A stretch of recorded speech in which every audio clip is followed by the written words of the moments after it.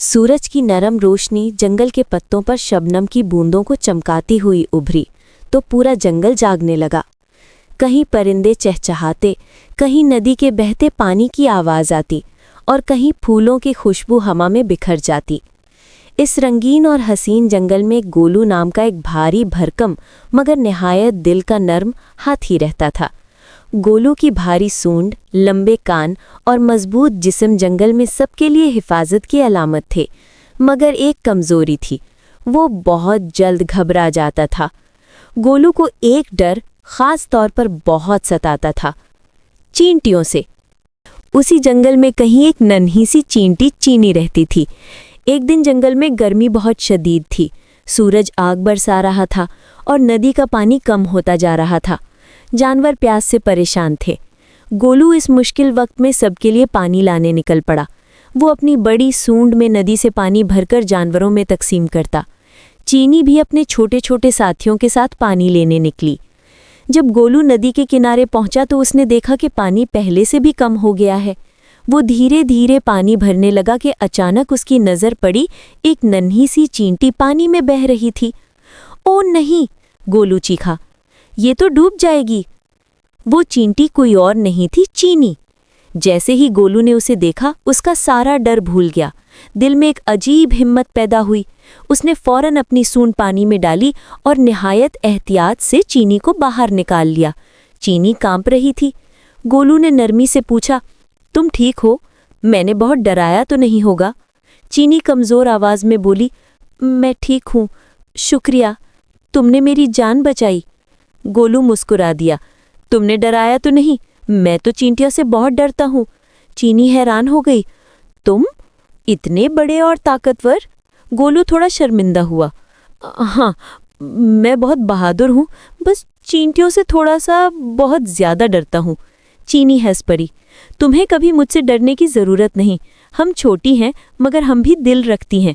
चीनी ने गौर से गोलू को देखा, फिर कहा, कभी कभी बड़े जिस्म से बड़ा होना साबित नहीं होता, दिल बड़ा होना ज़रूरी है, और तुम्हारा दिल तो पहाड़ से भी बड़ा है। गोलू उसकी बात सुनकर खुश हो गया। उन्होंने पानी भरकर दूसरे जानवरों तक पहुंचाना था। चीनी ने भी साथ देने का फैसला किया। वो गोलू की पीठ पर चढ़ गई। गोलू को पहली बार लगा कि चींटी इतनी खौफनाक नहीं बल्कि प्यारी और हिम्मत वाली होती है। जब दोनों जंगल के अंदर वापस पहुंचे तो एक बड़ा मसला पैदा हो चुका था।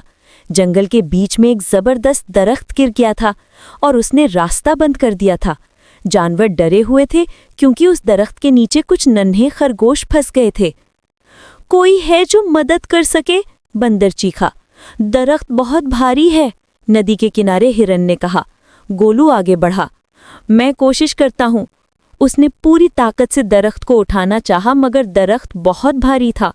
गोलू जितना जोर लगाता दरख्त अपनी जगह से हिलता ही नहीं था। चीनी ने सूरत हाल जानी। गोलू, रुक जाओ। लेकिन खरगोश? मैं जानती हूँ, लेकिन इसे हम दोनों मिलकर करेंगे।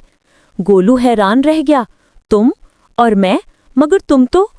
चीनी ने मुस्कुराकर कहा, हम छोटे हों या बड़े, अहम बात यह है कि हम मिलकर कोशिश करें। चीनी फौरन अपनी चींटियों की पूरी फौज ले आई। सैकड़ों चींटियां दरख्त के नीचे वाली मिट्टी को खोदने लगीं ताकि जड़ें ढीली हो जाएं। गोलू ने मौका देकर फिर जोर लगाया। इस बार दरख्त थोड़ा सा हिला। जानवरों ने खुशी से आवाज लगाई, हाँ यही, थोड़ा और। चीनी और उसकी फौज तेजी से काम करती रहीं। पानी की बूंदें उनकी पुष्ट पर टकराती मगर वो नहीं रोकती। आखिरकार जड़ें काफी नरम हो गईं। गोलू, अब! चीनी चिल्लाई। गोलू ने एक आखिरी जोर लगाया।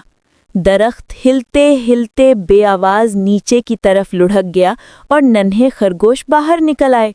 हम बच गए, खरगोश चीखे। जंगल तालियों और खुशी की आवाज़ों से गूंज उठा। गोलू ने चीनी की तरफ देखा और नरमी से बोले, मैं तुमसे डरता था, लेकिन आज तुमने मुझे सिखा दिया कि छोटे से छोटा भी बड़ा किरदार अदा कर सकता है। चीनी ने हंसकर कहा, और मैंने भी सीखा कि बड़े कभी कभार थोड़ा डर सकते हैं मगर सही वक्त पर बड़ा दिल दिखा देते हैं। दोनों की दोस्ती जंगल भर में मशहूर हो गई। अब गोलू कभी चींटियों से नहीं डरता था और चीनी भी हमेशा उसके साथ रहती। जब भी कोई मुश्किल आती सब कहते, गोलू और चीनी को बुलाओ, जब ये दोनों साथ हों कोई मसला बड़ा नहीं। और यूं एक हाथी और एक नन्ही सी चींटी ने साबित कर दिया कि दोस्ती साइज नहीं देखता, दिल देखता है।